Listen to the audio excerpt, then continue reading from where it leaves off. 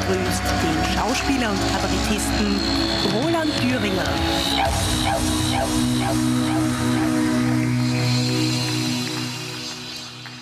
Good evening, ladies and gentlemen. Here comes the native speaker.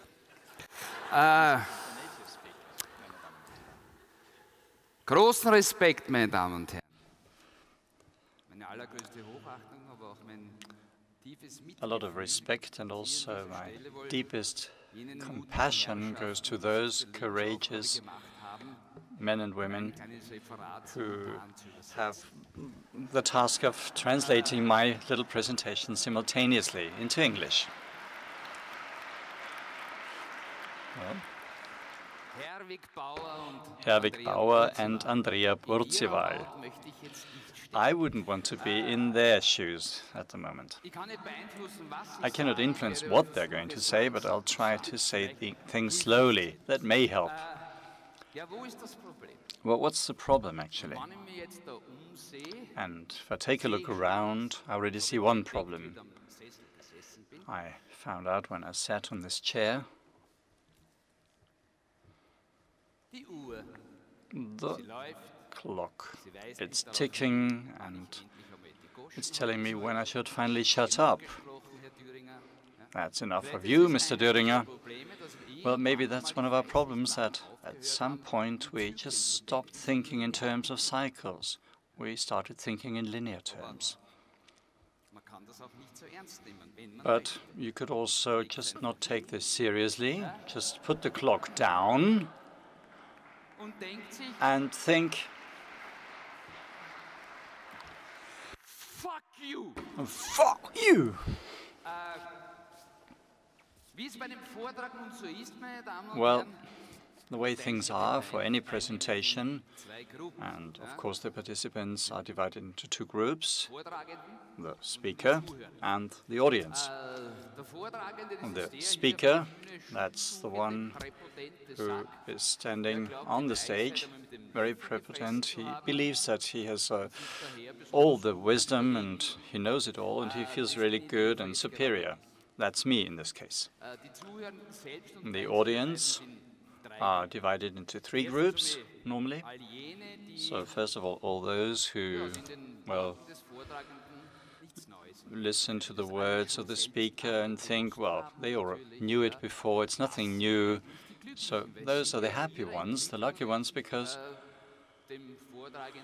they are at least on an equal footing or maybe even superior to the speaker. The second group of the audience maybe get a new insight, a new perspective, start thinking about things, reflecting, and maybe it might influence their lives somewhere along the lines. So those are the winners of the presentation. The third group in the audience are the others. So the remainder.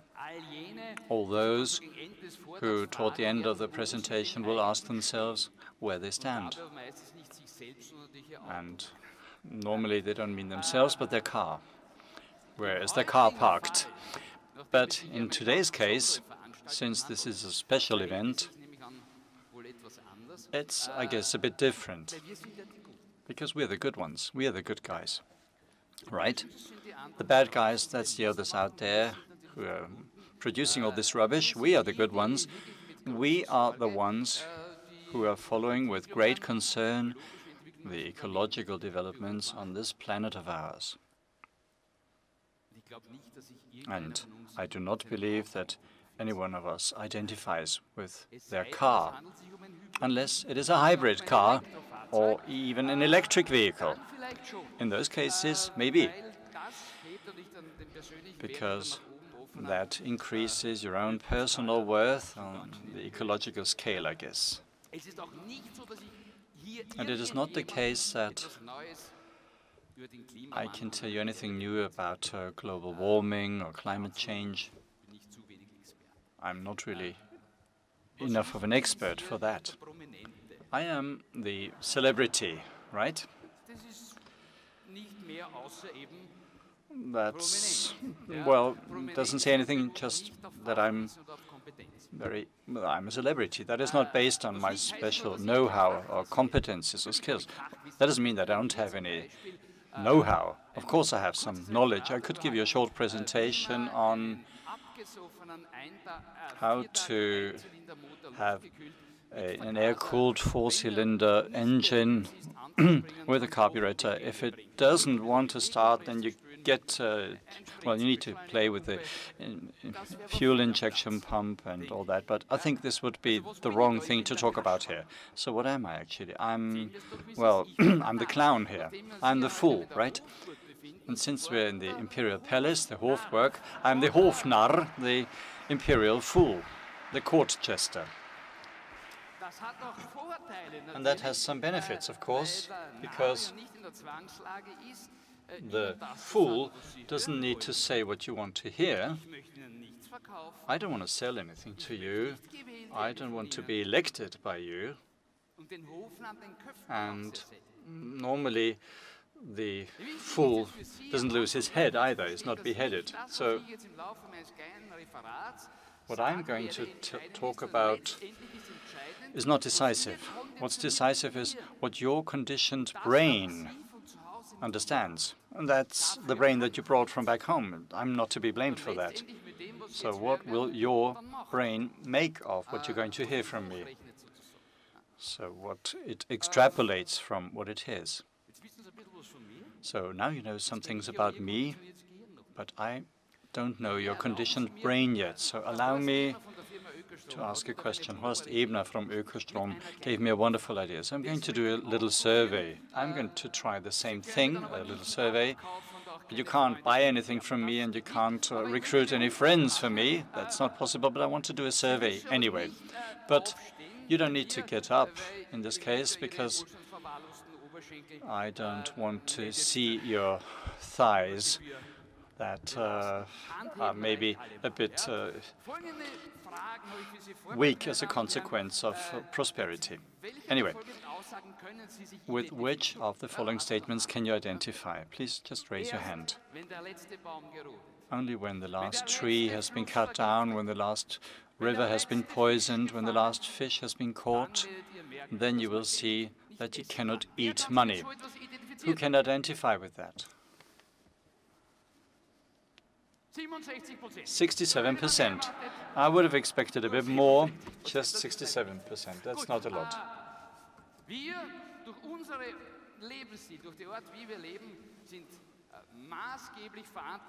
We are responsible for climate change and for global warming due to our lifestyle. Who can identify with that? 72%. Excellent. Yes, I'm very good at calculating these numbers, yeah. No, I'd rather be dead than drive slowly. Who can identify with that? 0%. Better more lifting capacity than housing capacity. 0%, not surprising. So we have our Mother Earth, and we didn't inherit it from our forefathers. We have just borrowed it from our children. Who can identify with that? Hey, 74%. Excellent. Great. Hang the green, the green part as long as there's still trees to hang them from. Well, just one. Good.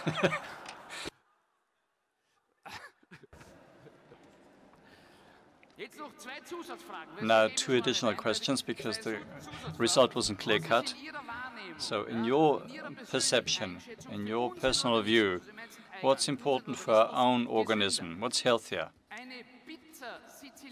Pizza Siciliana with corn, capers, olives, and maybe a tiny bit of chili, or a Hildegard von Bingen organic muesli with honey, which is good. So who's in favor of the pizza? All right. A few people are in the at the wrong event, obviously. If you opted for the pizza. Anyway, almost 25%, right? Last question. Who of you believes that our children will have it better than we do?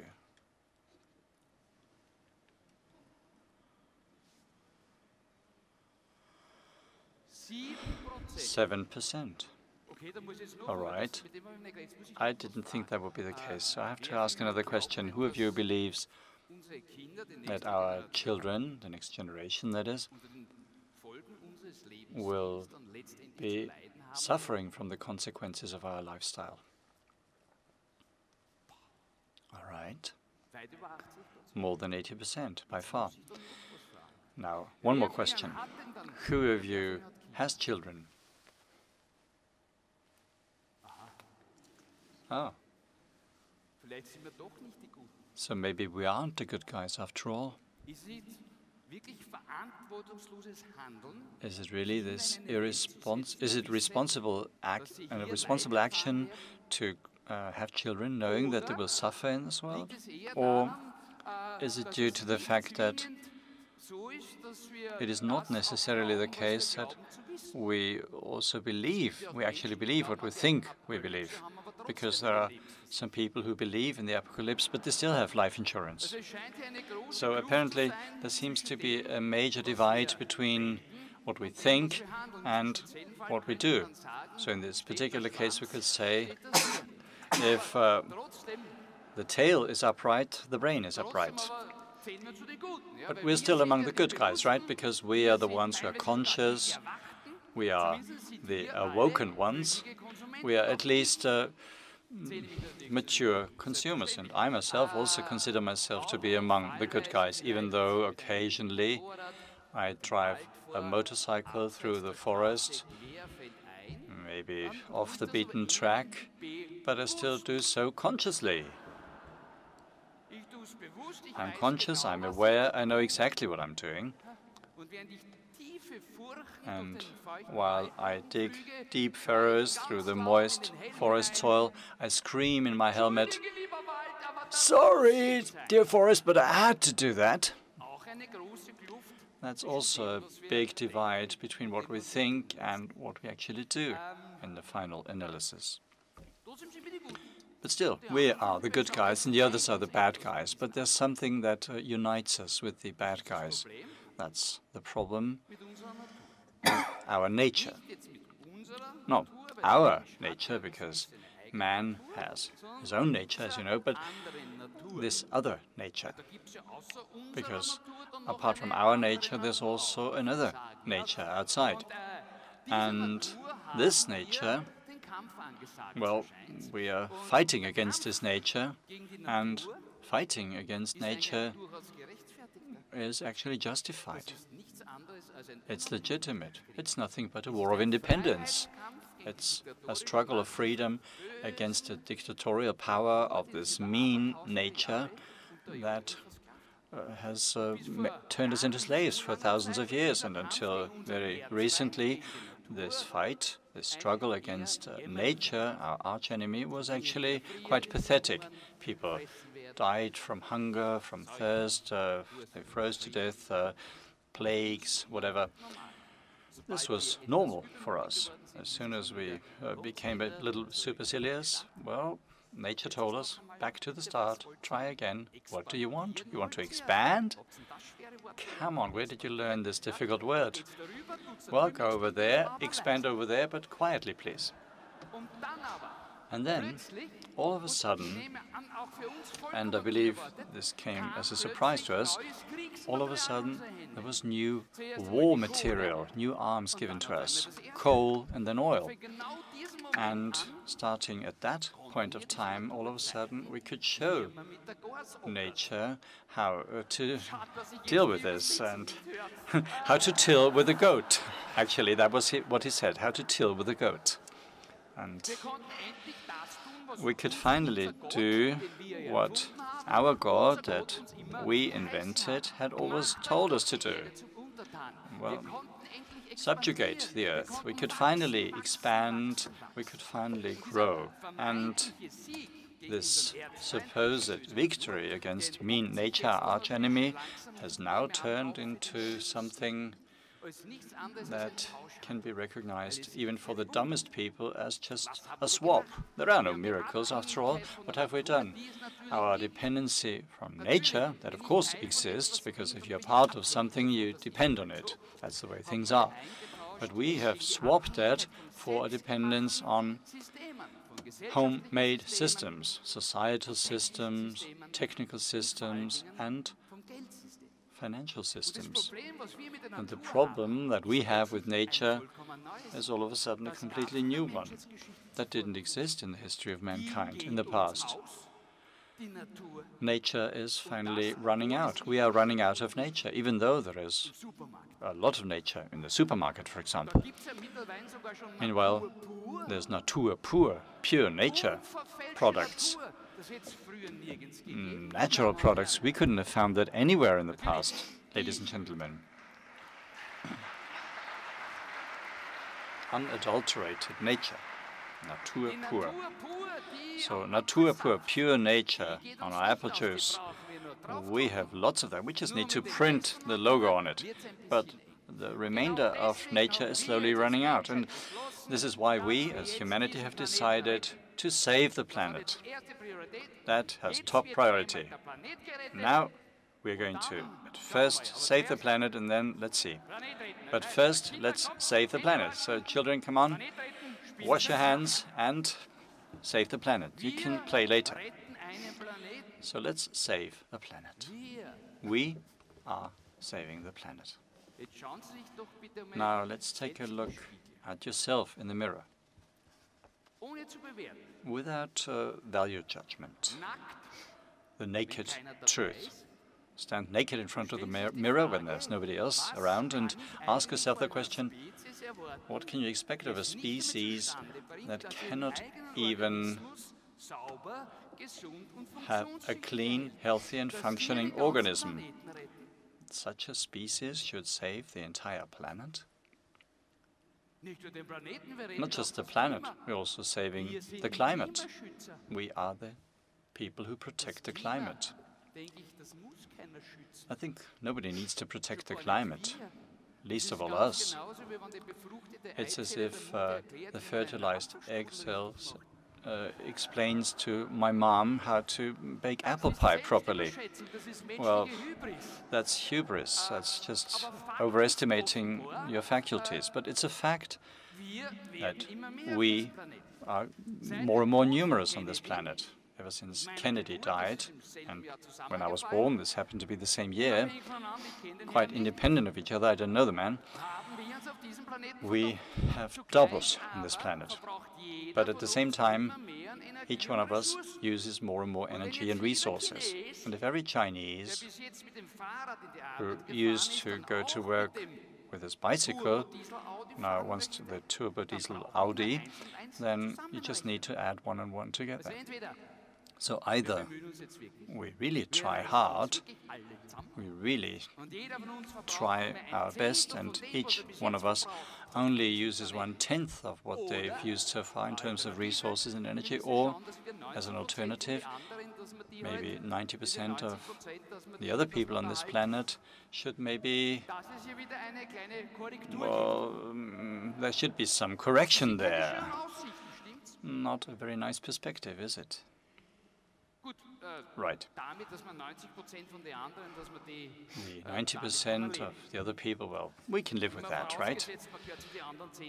Supposing you are one of the 10%, right? But I guess we here in Austria, we are, of course, among the 10%, but that we should make do with just 10% of our energy and resource consumption, that's not very realistic.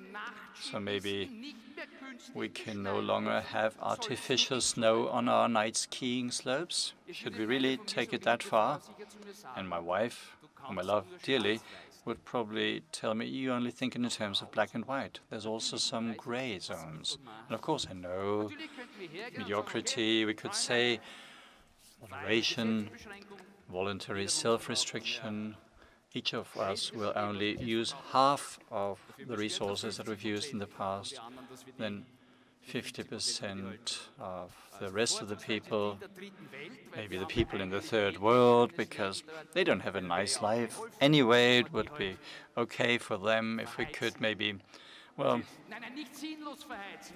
put them in the oven, in caloric, in power plants, maybe produce power for us by burning those people and fight hunger in the third world. That's CO2 neutral because it's all biomass after all. It's sustainable because they fuck like the rabbits down there, so it's not a problem. And over here, we could be the good guys and saying, well, we can replace those old lights by LED lights, and now I know I have saved a little Negro's life. And, of course, this may be a bit tasteless. He said Negro. Ha, come on. Well, how can we assume that our well-being should stem from people burned in the third world? Well, honestly, what is it our fault that we were given birth to here? Has anyone picked that location? Should we make sure that our landscape, that terrific environment we have, just being spoiled by setting up ugly human power plants? There might be NGOs and citizens' initiatives standing up, but in some faraway future, when it's the pre-mortal incineration of rich aunts you inherit from, or Greenpeace activists, for instance, any animal protection groups, if that was the legally prevailing situation, we might also meet with great consent for human power plants. Then the third world would be alleviated, and the neighbor mowing their lawn wouldn't be such a major problem anymore. You would just have to prove he's an anti-Semitic or someone using weapons or abusing children. You just have to state that in our landscape of media or put it on Facebook or Twitter it. Are you with me? Do you agree? No. Certainly, you couldn't possibly agree with me. No. Not having said that, we, the good ones, would never, ever appreciate that. The others, however, would do so. And that's the reason why these others are those we don't want. What we do want is what the others have got. That we also want to have. Because we know exactly that what the others have in their hands and we unfortunately don't have yet is something we are missing. And if we had what the others already have and we unfortunately don't have, we would immediately be very happy people, very satisfied. But what we would like to have, we would like to have in a different form. We want to have it organically, regionally, energy efficiently, CO2 neutral, sustainable, but at a good price. Fair trade for us as well. And what we want always at every time. We, the good ones, the good guys.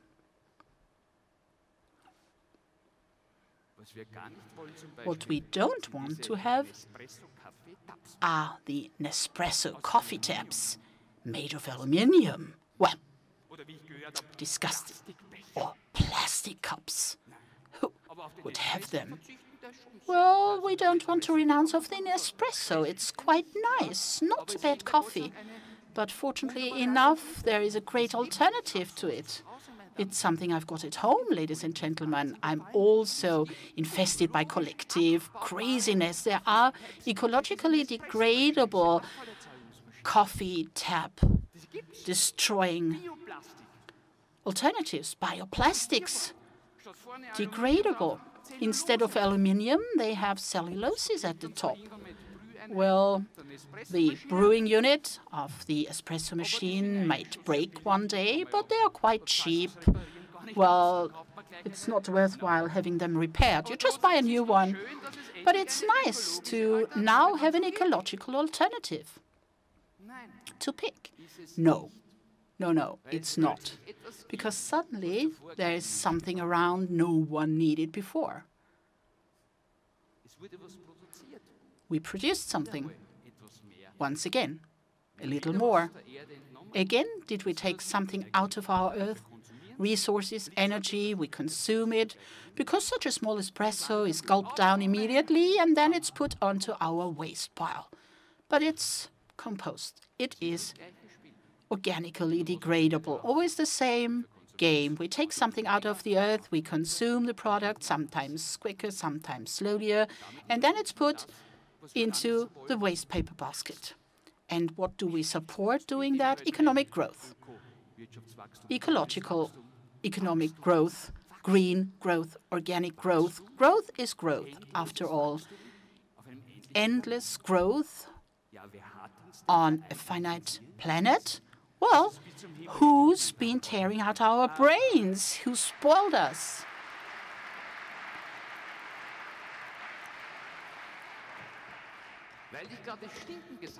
Well, talking about going crazy, half of the global population is suffocating in the remnants of the big cities. What's the solution? The electrical vehicle, zero emission? What would you say? Wouldn't that be an alternative to pick? Would that change anything?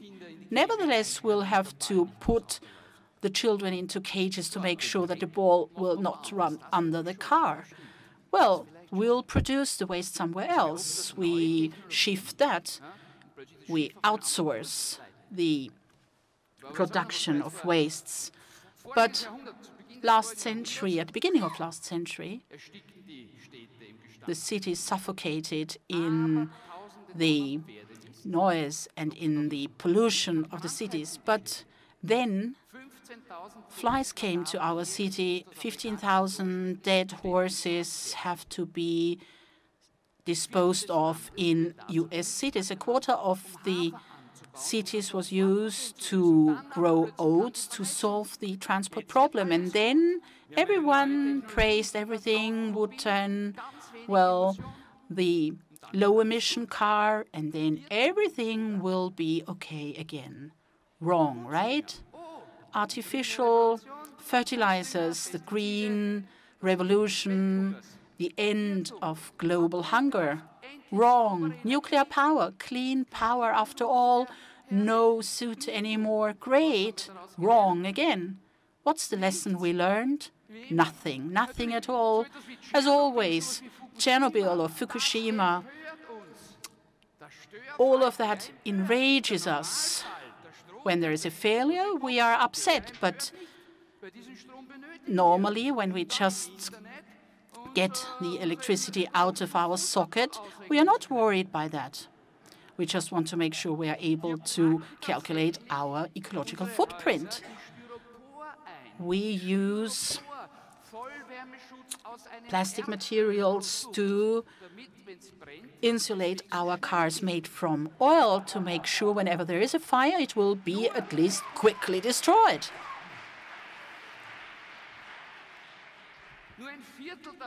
Only a quarter of the heat in a house will leave through the walls. The rest will go out through the roof, the windows, and that's something that's subsidized by the state. And what's not subsidized, we'll pay for ourselves. And if we are not able to pay it ourselves, we'll go to the bank and just borrow the money. We jump into the big tower of indebtment and say yes to labor slavery, just for the sake of the climate. Wouldn't it be high time to build smaller houses? Smaller houses. Think about a new standard of living, maybe have felt slippers that we wear in winter. No, we want comfortable, passive houses, lots of glass, light, space. Unfortunately, you can't open the window because then it won't be energy efficient anymore. Wouldn't there be any way, I'm asking you, that we just raise the wrong questions keep raising the questions, asking for what's more healthy for the organism, a pizza Siciliana or the Hildegard von Bingen muesli? And immediately our conditioned brains will come up with an answer. And I'm positive Hildegard is now rotating in her grave. That's definitely not what she imagined to see. A pizza Siciliana, a very small slice of pizza, enjoyed, well chewed, is healthier than having the phone on your ear, just gulping down some muesli. Not what we eat, it's how we eat it and how much we eat. That is important for nourishing the vehicle of our bodies. And in Neanderthal, I really appreciate back then had a so-called early warning system embedded in their bodies, which was called saturation, when you felt you had enough. You may not have heard about that before. And with this feeling, we make sure that when we have the red lips that are kissed, sometimes at least kissed, also the brain will find it's enough. But who of us wants to feel that feeling of satiety when we can have more? We take out the resources, we take out energy, we consume it, and it will land on our pile of waste. And what are we currently working on? The waste issue. We want to make sure to reduce our waste. We have to get rid of that garbage. Why don't we, on the other hand, start at the exact opposite of that chain? Where does it all start? Doesn't it start with our needs that are not our needs, but needs, a needs industry developed for us, who has to be saturated and satisfied with the garbage of waste sometime? What do we need? What do we want? Isn't there a major difference? Does it mean back to the Neanderthal roots? When it's really about saving the planet, ladies and gentlemen, it's exactly what it means. But when it's only about us, I really have to apologize with Bruder Baum, our brother tree, sit on my motorbike and race through the woods. Could it be stupider than that? Yes, I could also buy an electrical mountain bike. I could circle a big park and tell myself I've turned into a better guy. Thank you.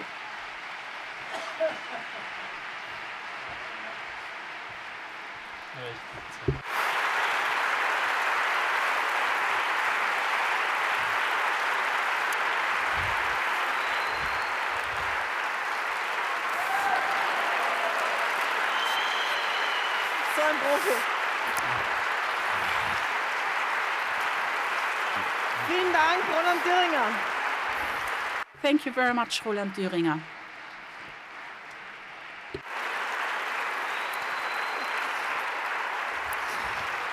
Herzlichen Dank.